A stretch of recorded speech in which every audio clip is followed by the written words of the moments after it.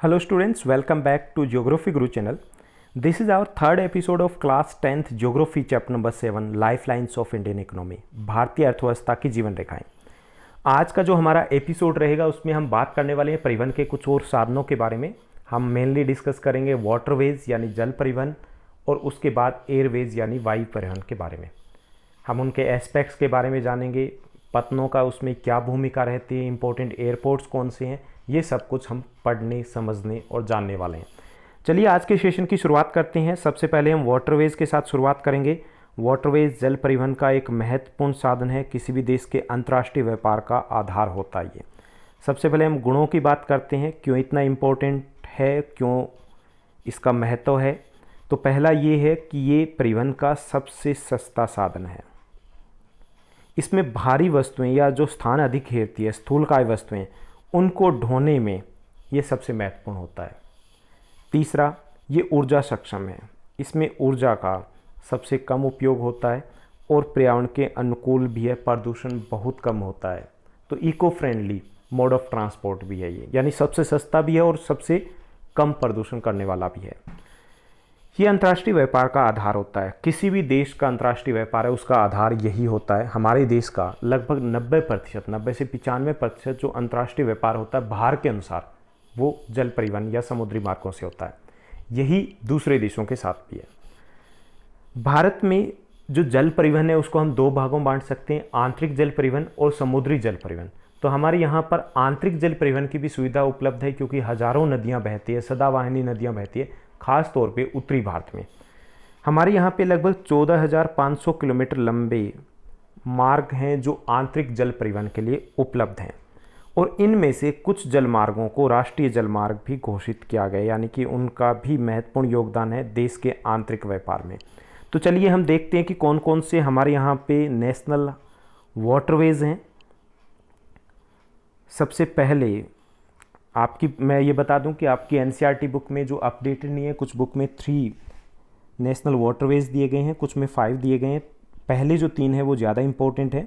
तो सबसे पहले हल्दिया और इलाहाबाद के बीच में गंगा नदी में, ये इलाहाबाद से यानी कि इलाहाबाद से लेकर के हल्दिया तक ये वाटरवेज हैं गंगा नदी में, जहाँ पर नावें चलाई जा सकती है। इसकी कुल लंबाई 1620 किलोमीटर है, और ये हमारा नेशनल वाटरवेज नंबर 1 जिसको डिक्लेयर किया गया है। नेशनल वाटरवेज नंबर 2 सदिया से धुबरी के बीच में ब्रह्मपुत्र नदी में, जिसकी कुल लंबाई 891 किलोमीटर है।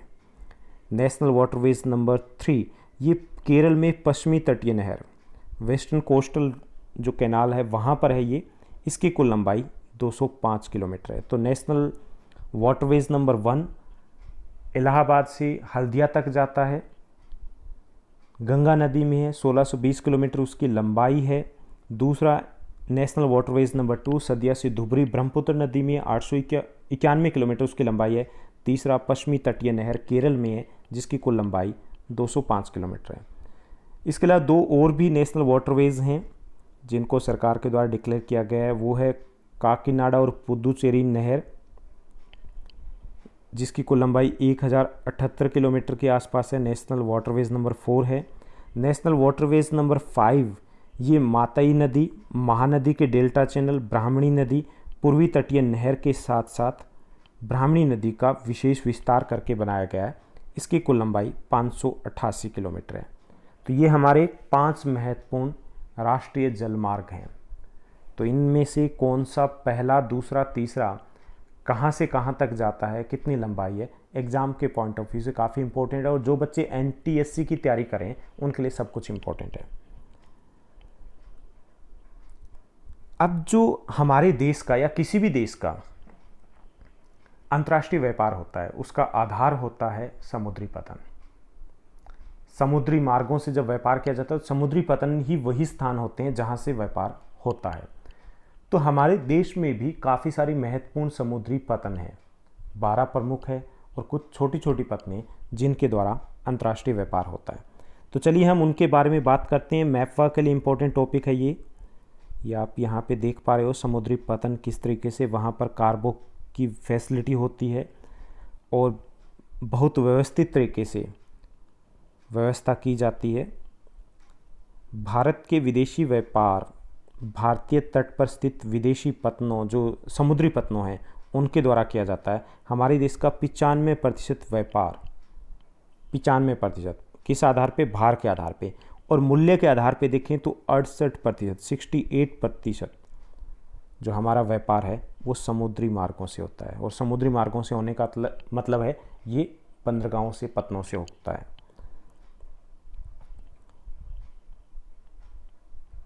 एक और पिक्चर है, थोड़ा सा शो करने की कोशिश किया कि किस प्रकार से बंदरगाहें होती है, कार्य करती है। अब ये पतन क्या होती हैं तो आपको वैसे तो पता होगा, फिर भी बता दूं कि जैसे रेलवे के लिए जो ट्रेन है उसके लिए रेलवे स्टेशन होता है, बस के लिए बस स्टैंड होता है, और एरोप्लेन के लिए एयरपोर्ट होता है, वैसे ही समुद्री जो जहाज़ होते हैं उनके लिए पतन होता है, जहाँ से सामान को लोड अनलोड किया जाता है। भारत की लगभग 7516.6 किलोमीटर लंबी समुद्री तट रेखा है, और इसका हमें फ़ायदा भी मिलता है क्योंकि इतनी लंबी तट रेखा पर हमारे यहाँ पर कई प्रकार के, कई सारे बंदरगाह या पतन विकसित किए गए हैं। उनमें से 12 प्रमुख पतन हैं और 181 छोटे और मध्यम आकार के पतन हैं। और इन्हीं प्रमुख पतनों से हमारे देश का 95% विदेशी व्यापार होता है। यानी देश का कुल 95% व्यापार समुद्री मार्गों से होता है, और उसमें से 95% केवल इन 12 प्रमुख बंदरगाहों से या पतनों से होता है। सबसे बड़ा जो पतन है वो मुंबई है, जो प्राकृतिक पतन है, और यहाँ पर प्राकृतिक तौर पर पोताश्रय है, जिनको समुद्री तूफान इत्यादि से संरक्षण मिलता है। अब हम देखते हैं हमारे देश के महत्वपूर्ण पतन सी पोर्ट कौन से हैं। कांडला है, गुजरात में है, और हमारे हरियाणा, दिल्ली एनसीआर, यूपी के सबसे नज़दीकी पोर्ट यही है। दूसरा महत्वपूर्ण पतन है मुंबई। ये देश का सबसे पुराना और सबसे व्यस्त पतनों में से एक है। तीसरा जवाहरलाल नेहरू पतन है, जो मुंबई में ही नाहवा सेवा नामक स्थान पर डेवलप किया गया है। ये विश्व के सबसे मॉडर्न पोर्ट में से एक आता है, सबसे आधुनिक सुविधाएं यहाँ पर उपलब्ध है। मार्मागांव पोर्ट ये गोवा में है, मुख्य तौर पर लोहा इस्पात है, उसका निर्यात किया जाता है इस पतन से। न्यू मंगलोर है, ये भी वहाँ से खनिजों के निर्यात के लिए विकसित किया गया, कर्नाटका में। ये सारे कहाँ पे? पश्चिमी तट पर है। ये भी इम्पोर्टेंट क्वेश्चन बन जाता है आपको, पश्चिमी तट के जो वेस्टर्न कोस्ट के पतन कौन से, ये पता होने चाहिए। अब हम ईस्टर्न कोस्ट के पतनों की बात करते हैं। पूर्वी तट पर तूतीकोरिन भारत का सबसे दक्षिणी बंदरगाह है, और श्रीलंका हमारे पड़ोसी देश के साथ व्यापार अधिकांशतः इसी पतन से किया जाता है। चेन्नई ये भी प्राचीन पतनों में से है, प्राकृतिक पतन है और सुरक्षित पतन है। विशाखापट्टनम ये भूमिबद्ध पतन है, आंध्र प्रदेश में चारों ओर से लैंडलॉक्ड हैं, सबसे गहरा पतन है ये। पारदीप पतन है, इसका विकास उड़ीसा में किया गया है, खनिजों के आयात निर्यात, मशीनों के निर्यात या आयात, या खनिजों का आयात या निर्यात के लिए। कोलकाता पतन वेस्ट बंगाल में है, ये भी एक महत्वपूर्ण पतन है, और ये हमारे देश का एकमात्र आंतरिक या नदीय पतन है, यानी नदी के किनारे, समुद्र के किनारे नहीं है। लगभग 120 किलोमीटर अंदर की तरफ आने के बाद ये हुगली नदी के किनारे हैं, और इसी के वजन को, भार को, प्रेशर को, दबाव को कम करने के लिए हल्दिया बंदरगाह, हल्दिया पतन है, उसको विकसित किया गया है। तो ये हमारे देश के महत्वपूर्ण 12 पतन है, प्रमुख 12 पतन है। थोड़ा हम मैप वर्क में चेक कर लेते हैं ये पतन कहाँ है, क्योंकि मैप वर्क के लिए बहुत इंपॉर्टेंट क्वेश्चन है ये। सबसे पहले हम कांडला बंदरगाह की बात करते हैं। कांडला यहाँ पे है, गुजरात में। दिल्ली एनसीआर, हरियाणा, यूपी, राजस्थान सबसे नज़दीकी इम्पोर्टेंट पोर्ट यही है। उसके बाद मुंबई में मुंबई पोर्ट है, सबसे वेस्ट पोर्ट है, ये सबसे बड़ा पोर्ट है।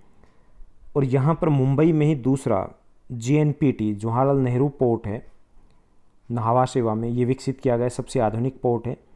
तीसरा जो चौथा इस साइड में है पश्चिमी तट पर, वो है मार्मागांव पोर्ट, गोवा में है, लोहा इस्पात का निर्यात मुख्य तौर पे किया जाता है। उसके बाद हम थोड़ा और दक्षिण की तरफ जाएं तो न्यू मंगलोर पोर्ट है, कर्नाटका में। कोचीन पोर्ट केरला में है, मसालों के व्यापार के लिए काफ़ी प्रसिद्ध है। तूतीकोरिन हमारा पूर्वी तट पर है और सबसे दक्षिणी पोर्ट भी है, प्रमुख पोर्ट में से। श्रीलंका के साथ व्यापार है वो इस पोर्ट से अधिक होता है। चेन्नई सबसे पुराना और प्राकृतिक पोर्ट है ये। चेन्नई के साथ एक एन्नोर पोर्ट का भी विकास किया गया ताकि चेन्नई पोर्ट है उसके ऊपर से दबाव कम किया जा सके। विशाखापट्टनम पोर्ट ये आंध्र प्रदेश में, इसका विकास भी वहाँ पर मुख्य तौर पर खनिजों के आयात निर्यात से संबंधित है। उड़ीसा में पारादीप बंदरगाह, उसका विकास किया गया है, ये भी खनिज से संबंधित कार्य है, औद्योगिक कार्य है, वो किए जाते हैं यहाँ से। कोलकाता पोर्ट है, और ये क्योंकि नदी के किनारे हैं तो गाद की समस्या बनी रहती है वहाँ पर, बार बार बड़ी जहाज़ है वो अंदर नहीं जा पाते या फिर ज्वार भाटा का इंतजार करना पड़ता था, इसलिए हल्दिया बंदरगाह उसको विकसित किया गया है वेस्ट बंगाल में। ये दोनों, तो ये हमारे देश के प्रमुख पोर्ट थे, बंदरगाहें थी। अब हम वायु परिवहन पे आते हैं, आज के सेशन का सेकंड और लास्ट टॉपिक। वायु परिवहन भी परिवहन का एक महत्वपूर्ण साधन है, और इसकी इम्पोर्टेंस क्या है या गुण क्या है, सबसे पहले वो देखते हैं। जैसे हमने बाकी के देखे थे, वायु परिवहन हालांकि महंगा है, थोड़ा महंगा है, थोड़ा नहीं ज़्यादा महंगा है, काफ़ी महंगा है, लेकिन सबसे तेज़ भी है।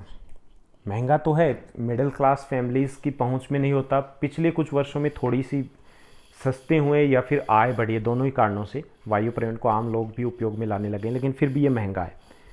और सबसे तीव्रतम परिवहन का साधन है, सबसे तेज़ होने के कारण लंबी दूरी की यात्रा के लिए सबसे लोकप्रिय परिवहन का साधन है। आपको यहाँ से अमेरिका जाना है, आप यहाँ से ब्रेकफास्ट करके निकलिए, आप वहाँ पे जा कर के लंच कर सकते हो, आप लंदन में जा कर के लंच कर सकते हो, आप उसी सेम डे में दूसरी जगह पर पृथ्वी के किसी भी हिस्से में पहुँच सकते हो। तो ये लंबी दूरी के लिए सबसे उपयुक्त परिवहन का साधन है। पहले समुद्री मार्गों का उपयोग किया जाता था, 6 महीने 8 महीने 1 वर्ष लग जाता था पहुंचने में, अब ऐसा नहीं है, कुछ ही घंटों की बात है। मूल्यवान वस्तुएं, हल्की वस्तुएं, उनकी परिवहन के लिए भी सबसे महत्वपूर्ण परिवहन का साधन ये है। मूल्यवान वस्तुएं जैसे काफ़ी कीमती वस्तुएं होती है तो उनका परिवहन है वो वायु परिवहन के द्वारा किया जाता है। ये हल्की वस्तुएं जिनकी डिमांड अधिक है उनका परिवहन, जैसे सेल फोन है, तो उनका परिवहन भी किससे होता है? वायु परिवहन से होता है। पर्वतीय इलाके हैं यानी दुर्गम इलाके, पर्वतीय इलाके हैं, बर्फीले इलाके हैं, विषम मरुस्थलीय भाग है, घने जंगल है, वहाँ पर वायु परिवहन के द्वारा ही आसानी से पहुँचा जा सकता है। प्राकृतिक आपदाओं के समय इसका महत्व और ज़्यादा बढ़ जाता है। बाढ़, भूकंप या युद्ध के समय राहत कार्यों के लिए वायु परिवहन बहुत उपयोगी हो जाता है। पर्यटन के लिए महत्वपूर्ण है। जैसे जैसे विश्व में पिछले कुछ वर्षों में ग्लोबलाइजेशन की प्रोसेस बढ़ी है, अर्थव्यवस्था थोड़ी सी बेहतर हुई है, तो पर्यटन के लिए भी एक महत्वपूर्ण साधन बन गया वायु परिवहन। किसी भी कोने में किसी महत्वपूर्ण स्थान पे जाना हो तो महत्वपूर्ण पर्यटन स्थल है वो वायु परिवहन के द्वारा जुड़े होते हैं। तो ये थे वायु परिवहन के गुण क्या हैं। हमारे देश में वायु परिवहन की बात करें तो 1953 में राष्ट्रीयकरण किया गया था वायु परिवहन का। उससे पहले ये निजी क्षेत्र में था। व्यावहारिक तौर पर इंडियन एयरलाइंस और कई निजी कंपनियां हैं जैसे विस्तारा है, जैसे स्पाइस जेट है, तो ये घरेलू सेवाएं उपलब्ध करवाती हैं। पवनहंस हेलीकॉप्टर भी इसी सर्विस में लगा हुआ हमारे देश में। ये तेल और प्राकृतिक गैस आयोग ONGC, oil and natural gas commission है, उनको सेवाएं प्रदान करा है। इसके साथ साथ ये अगम्य और दुर्गम जो भाग हैं जैसे उत्तर पूर्वी राज्य हैं, जम्मू कश्मीर, हिमाचल प्रदेश, उत्तरांचल है, वहाँ के आंतरिक भागों में आम लोगों को भी हेलीकॉप्टर सेवाएं अवेलेबल करवाता है। यहाँ पे आपको एयर इंडिया शो की गई है। भारत में अंतर्राष्ट्रीय और घरेलू 2 प्रकार के हवाई अड्डे हैं। उससे पहले एक और क्वेश्चन है जो थोड़ा सा मैं डिस्कस करना चाहूँगा। हमारे देश के उत्तर पूर्वी भागों में वायु परिवहन है वो बाकी परिवहन के साधनों की तुलना में ज़्यादा महत्वपूर्ण है। वो लोग वायु परिवहन का ज़्यादा उपयोग करते हैं। क्यों? इसका मतलब ये नहीं कि उनके पास पैसा अधिक है या वो ज़्यादा डेवलप्ड हैं। इसका कारण ये है कि वहाँ पर घने जंगल पाए जाते हैं, पहाड़ी इलाका है, हजारों नदियाँ हैं, रेल परिवहन या सड़क मार्गों का विकास संभव नहीं हो पाया है। अगर बना भी दिया जाए तो हर वर्ष बाढ़ आती है, वो साथ में बह जाते हैं। जनसंख्या भी कम है, तो इसलिए वहाँ पर वायु परिवहन है उसको महत्व दिया जाता है। क्यों दिया जाता है? घने जंगल है, वहाँ पर बाढ़ का इलाका है, हजारों नदियाँ हैं, हजारों पुल बनाने पड़ेंगे, पहाड़ी इलाका है, जनसंख्या कम है, इसलिए परिवहन के अन्य साधनों का विकास नहीं हो पाया है। वहाँ पर वायु परिवहन का ही उपयोग किया जाता है और उसमें गवर्नमेंट उनको सब्सिडी देती है। CBSE स्टूडेंट और HBSE स्टूडेंट दोनों के लिए काफ़ी इंपॉर्टेंट है ये क्वेश्चन। हम बात कर रहे थे हवाई अड्डों की। ये दो प्रकार के होते हैं, अंतर्राष्ट्रीय हवाई अड्डे और घरेलू हवाई अड्डे।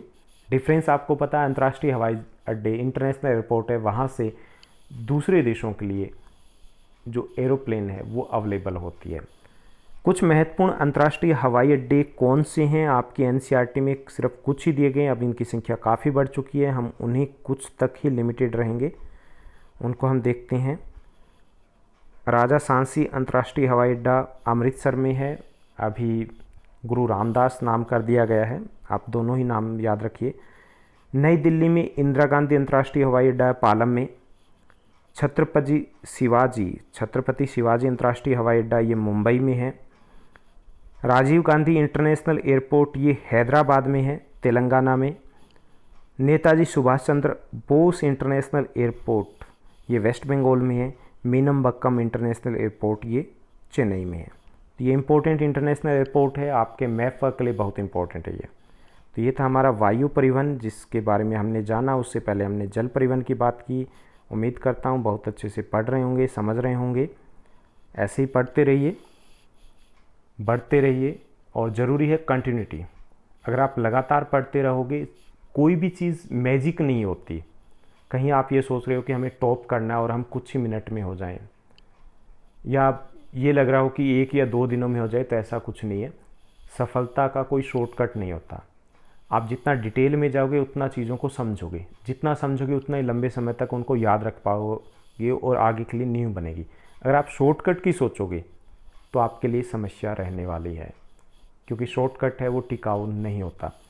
तो ऐसे ही आप थोड़ा बने रहिए। थोड़ा आपको ये से लग भी रहा होगा कि लेसन थोड़े लेंथी होते हैं हमारे जो सेशन होते हैं, लेकिन वो इसलिए होते हैं कि जिन बच्चों को शॉर्टकट नहीं अपनाना है, बहुत दूर तक जाना है, उनके लिए बेहतर होते हैं।